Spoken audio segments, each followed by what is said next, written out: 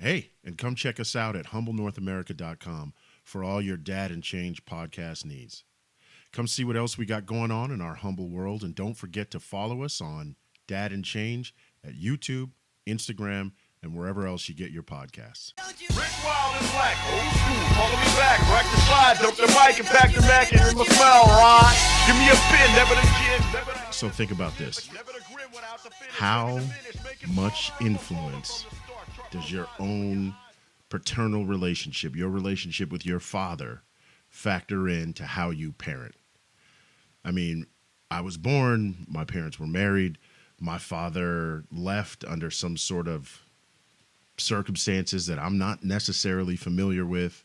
And then he sort of dipped in and out until I was grown. You know, he he was gone between the time I was 3 until the time I was 14. I stayed with him that summer between 9th and 10th grade, and then I never saw him. When I was 17, I left and went away to college. And after that first year, about 18, I thought, you know what? Neutral, let's bury the hatchet. I'll go to where he owned a business in Detroit.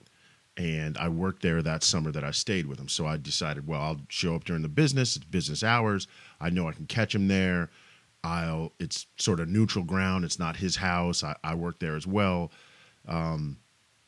Hey, what do you think about having a relationship? You haven't spoken to me since I was 14. I'm not asking for anything. I'm not asking for you to pay for my school. I'm not asking for child support. I'm 18. We can sort of clean slate. And he kicked me out of the store.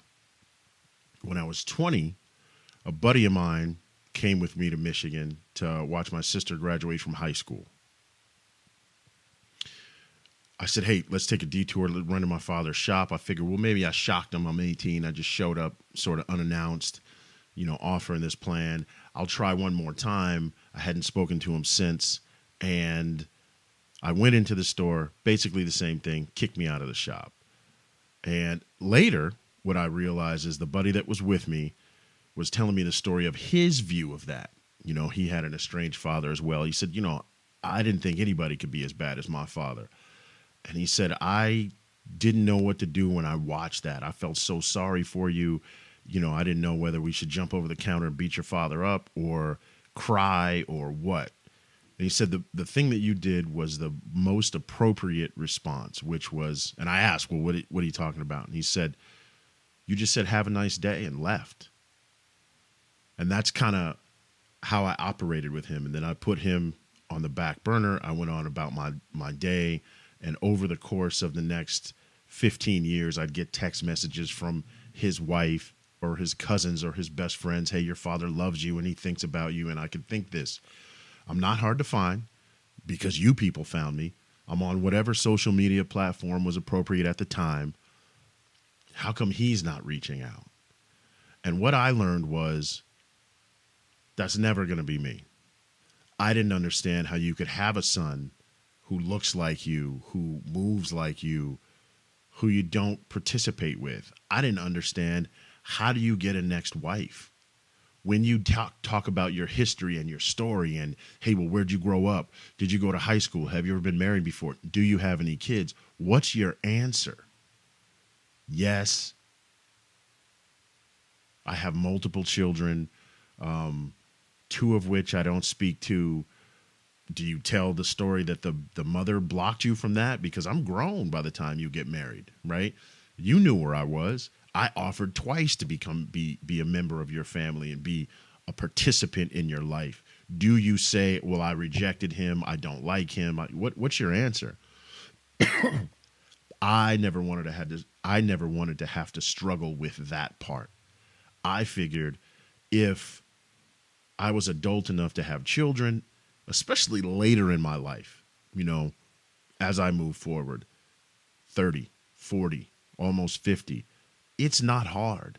When the money's there, that takes a lot of pressure off.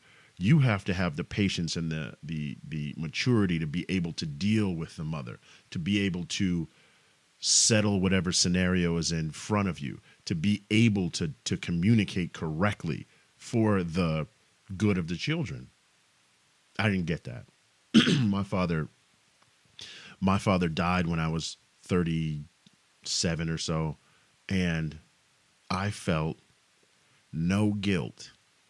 I didn't feel bad. I had seen him a year prior. My older sister, I wanted to take her to dinner. She said, well, I had to stop by the hospital. You know, our father was in the hospital. I said, well, I don't fool with him. She's such a nice lady. I said, all right, if you're going and you want me to go, I'll go. But just understand, I don't really participate with him. And I had a 45-minute conversation. When I walked in, he didn't recognize me. He didn't know who I was. He thought I was some dude she was dating she wanted to bring to see her father, because he speaks to her.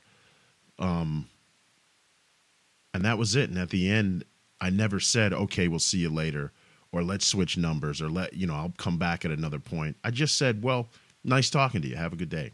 And that was it. And then that next year he died, and I didn't feel any loss, or I didn't feel any sort of mourning from that. I did understand that I had lost something in my life. You know, there was a level of finality. There's no way I could ever go back and fix anything. There's no reparation. There's no repair. There's no medical inquiry. Hey, you have diabetes? Maybe I have diabetes. There's no family tree interrogation. Where did we come from? Can you tell me a story? There's none of that. He was gone. And there was finality to that. That's the only thing I felt. I didn't feel as though I had lost a father. I didn't feel that hurt and that pain and that people go through. And then I didn't go to the funeral, because what I did understand was that he was a very good mentor to other people. He was a part of a community, and people did care for him. People did love him. And so had I shown up to the funeral, I thought, well, I could get myriad of different responses. But what happens if somebody believes, oh, this guy wants to show up just to get some money or to take the house or whatever? Now I'm a threat, which I wasn't. I had no interest in any of that. But they didn't know that. And then people are mourning and they're sad and they're upset and they're emotional. And now somebody says something to me, right? Oh, what are you here for? And then they say it in a disrespectful fashion. And I'm just supposed to take that? Then I thought, okay, well, I'm not going to take that. Now there's a fight in the funeral. That's ridiculous. It doesn't make any sense. So I opted not to go. I didn't think that I would benefit anything from that. And no one would benefit from me going there. My older sister, who's his first child, my half-sister, she told me he died. Nobody else reached out. Sisters, cousins, his cousins and sisters, and, nieces and nephews who would be my cousins and aunts and uncles. Nobody called me to tell me that my father had passed. And I think that tumultuous relationship is what structures how I get down, right? It structures the loss that I felt that I would never put on anybody else, right? I would never subject a child to that level of loss and that level of rejection, right? How come he doesn't want me? Why does he not reach out for me? He's my father. Why am I being rejected? That's a guttural response. That's like deep, deep, deep down inside of you. Why is it that this man treats me this way and I didn't do anything to him? Matter of fact, I reached out twice as an adult just to say, okay, well, you didn't do anything as a father, and I'm willing to forget that in order to build a future relationship. And I still didn't even get that. My mother got remarried when I was 7. She stayed married until I was about 13 or 14. That guy showed up and we had no real connection. I'm thankful for the things that he did during those 7 years. I'm thankful that there was a roof over my head and that I had food to eat. I'm thankful that my mother found a semblance of family, which is an entirely different subject and an entirely different conversation. But I'm thankful for what I did get rather than upset about what I didn't. But what I did understand is that his attempt to parent me started with what he needed or what he thought would get him through versus identifying the things that I needed or that I wanted. And so these are the things that structure why I'm the parent that I am and how I interact with the kids the way that I do. And then even on another subtle note, when I was growing up, my father was about 26 when I was born, and I always thought, well, I got to beat this guy. I gotta be older than 26 when I have children. Otherwise, they'll be unsuccessful. Otherwise, my relationship will be unsuccessful. And clearly I did. And then with my stepfather, I thought, he stayed for 7 years and then he left. He stayed between the time I was 7 till the time I was about 14, and then he was gone. And if I ever have stepchildren, I need to beat that 7 years, right? That's something that is subconsciously in the front of my mind, if that makes sense, that I'm in competition with these men. I want to be a better father than these men. I don't want to play backgammon as my stepfather did because he wanted to play and that was his connection. I play catch with the kids because that's what they want to do, not the things that I want to do necessarily. Obviously I subject them to experiences and things that I know that I can teach, but the entire time I have to evaluate, are they actually getting a benefit, or am I just sort of selling myself and fulfilling the things that I need, right? But I learned a lot from my father and my stepfather on what not to do. And those influences are things that have set me up and have set me apart and have set me forward in how I parent. And I think that it's very appropriate to sort of go back and identify who our influences are, how big our influences are, what they influence us to do, right? And I suspect if you're a man out there with a wonderful father and a wonderful experience of being a son to a wonderful father, that you identify some of the things that you want to live up to.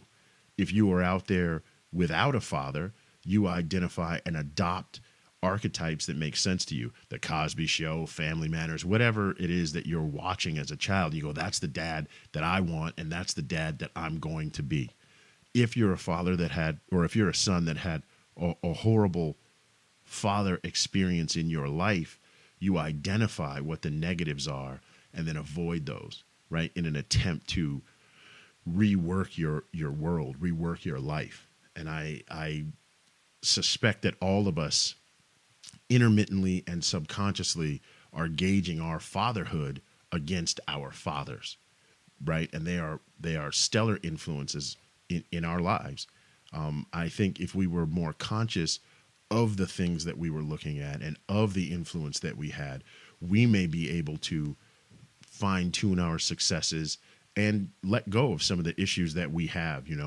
It's imperative that we identify what our children need, not our need to parent. And those two things can intersect, and your need to be a parent can sort of cover up the child's need to be a child, right? And we think, we're doing a great job, but really it's at the cost of your child's childhood. It's at the cost of the lessons that they need to have. And I think that those are things that we definitely need to pay attention to. Either way, think about your fathers, your experiences, the men that were in your life, uncles, grandparents, teachers, coaches, whomever was in your life that was a viable male role model. And how did that person shape your outlook on parenting, on fatherhood, whether good or bad, whether it's a time constraint or a financial commitment? How did they shape it? And is that shape beneficial to your children, number one, beneficial to you, and beneficial to how you parent? And I think understanding that relationship is paramount to sort of formulating the ideal version of your own fatherhood. I think that's it. Remember the crew, whatever you do, I keep it close. Remember the clues, so when you're lost, you know what to do. Return to the spot and drop it from view. When it was with Stu, I wasn't a cop, he wasn't a fool, he wasn't a flop, but he was my dude and he was my dog, and that was my true. We making it rock, you hearing it hot?